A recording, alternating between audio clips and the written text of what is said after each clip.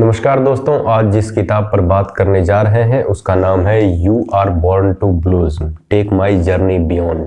ये एपीजे अब्दुल कलाम की किताब है जिसको अरुण के तिवारी ने लिखी है। यह काफ़ी इंटरेस्टिंग किताब है। इस किताब में 8 चैप्टर हैं और 8वां चैप्टर इतना कमाल का है कि आपको एक अलग ही जर्नी पर ले जाएगा। लाइफ के बहुत से लेसन्स ये किताब आपको सिखा जाएंगे और कई पोयम्स हैं, कई छोटे पैराग्राफ हैं जो आपको पूरी तरीके से बदलने के लिए काफ़ी है। और कई ऐसे महान इंसान हैं जिनके बारे में इस किताब में बात की गई है और किसी भी टॉपिक को बीच में ही नहीं छोड़ा गया है कि 2 लाइन बोल दिया और उस इंसान के बारे में बात को ख़त्म कर दिया गया है। जैसे रविंद्रनाथ टैगोर की क्या फिलॉसफी है जिस पर बात की जा रही है, उसमें रविंद्रनाथ टैगोर की क्या फिलॉसफी है, और या फिर गांधी की ही जब बात करते हैं या फिर बुद्धा की बात करते हैं या फिर नेल्सन मंडेला की बात करते हैं, तो हर किसी की जर्नी को काफ़ी अच्छी तरीके से इसमें बताई गई है। तो इस किताब को आप ज़रूर पढ़ें और कई ऐसे लाइंस हैं जो मैं आपसे शेयर करना चाहता हूं जिससे आपको यह किताब थोड़ी इंटरेस्टिंग लगे और इस किताब को आप ज़रूर पढ़ें।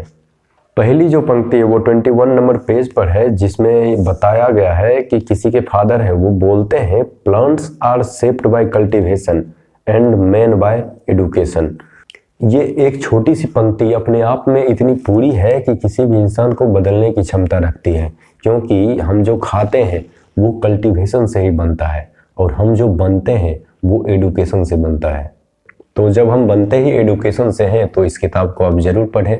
और अगली जो लाइन है वो मैं उन्हीं की एक स्टोरी से सुनाना चाहता हूँ। जब कलाम साहब फ्लाइट उड़ा रहे थे, वो भी 75 की उम्र में, तब इनसे पूछा जाता है, जो बगल में को पायलट है, इनसे पूछते हैं कि आपको डर नहीं लगता?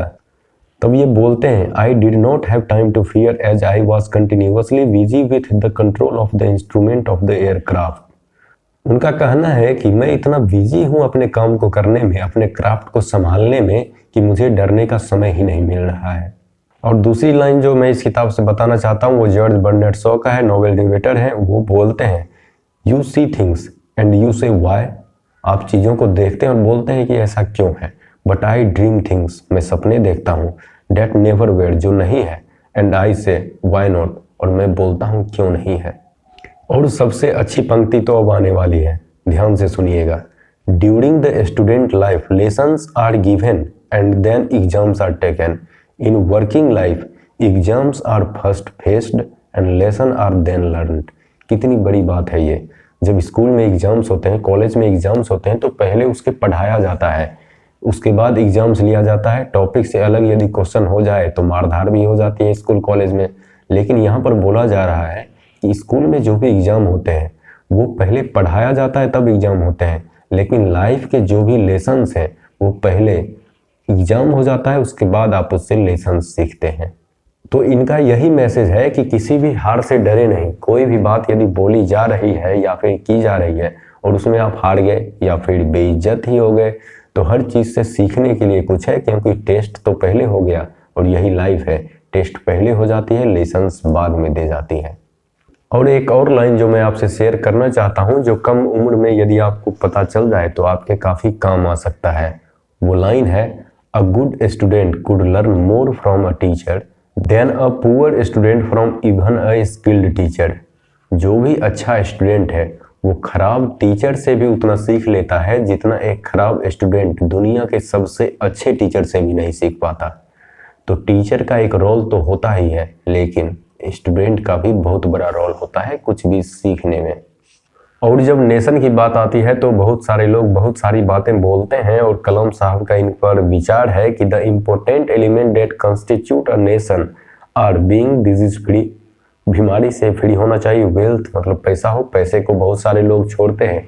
बहुत सारे लोग बोलते हैं कि पैसे की ज़रूरत नहीं होती है, जिसके पास कम पैसा है वही ज़्यादा खुशी है, पर ऐसी बात नहीं है। पैसे बहुत सारी खुशियों को खरीद भी सकता है। हाई प्रोडक्टिविटी, जो भी हम बनाए उसकी प्रोडक्टिविटी इतनी हो कि इस देश को तो दे ही सके और दूसरे जगह पर भी बेच सके। Harmonious living and strong defence, defence भी तगड़ा हो और शांति से लोग रहें, यही एक देश को तरक्की के रास्ते पर ले जाती है। और अगली जो लाइन मैं बताना चाहता हूँ वो हेसलहर्स्ट ने बताया है। वो साइंस के काफ़ी ज्ञाता रहे हैं। उन्होंने ह्यूमन नेचर के बारे में कहा है। उन्होंने कहा है, human kind is trapped in its collective mind. वो अपने जो कलेक्टिव माइंड है, जो भी उन्होंने अब तक सोचा है या फिर जो भी इंसान अब तक पढ़ा है, या फिर किसी दूसरे से जाना है, जो भी रटा हुआ चीज़ है उसमें ही ट्रैप्ड होकर रह जाता है। और second, it is trapped in money, और दूसरा पैसों में ही फंस के रह जाता है। जैसे पिछली बात में नेशन को बिल्ड करने वाली बात में मैंने बताया था कि पैसे की ज़रूरत होती है, लेकिन इंसान जब उसी में फंस जाए तो फिर और कोई भी प्रोडक्टिविटी, कोई भी इनोवेशन वो नहीं कर पाता है। और जब यहाँ की कल्चर की बात आती है, किसी रिलेशनशिप की बात आती है, तो एक लव का रिलेशनशिप, एक लड़का लड़की बॉयफ्रेंड गर्लफ्रेंड का रिलेशनशिप काफ़ी इंटरेस्टिंग यहाँ पर हो जाता है। उसके बारे में इस किताब में बताई गई है। In the western world a man may walk hand in hand with a woman in the street but not with another man. In India he may walk hand in hand with a male friend but not with a woman. तो यहाँ के culture के बारे में आपको पता ही होगा, इसके बारे में इस किताब में दी गई है। और साइंस एंड टेक्नोलॉजी की जब बात आती है तो कई दूसरे देश हमसे आगे हैं, हम उस लाइन में उतने आगे नहीं हो पाते। उसके बारे में इन्होंने कहा है कि क्यों आगे नहीं हो पाते। There is no Indian science, instead Indian scientist are dealing with foreign science. क्या मतलब हुआ उसका?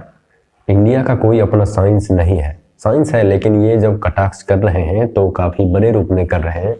जब वो बड़ी बड़ी चीज़ें दूसरे देश कर लेते हैं तब वो इंडिया उसको फॉलो करती है, उसी को आगे बढ़ाती है। खुद जब एक्सप्लोर करना होता है तो कई बाधाएं उसमें आती है, चाहे पॉलिटिकली हो, रिलीजियसली हो या फिर सोसाइटी की हो।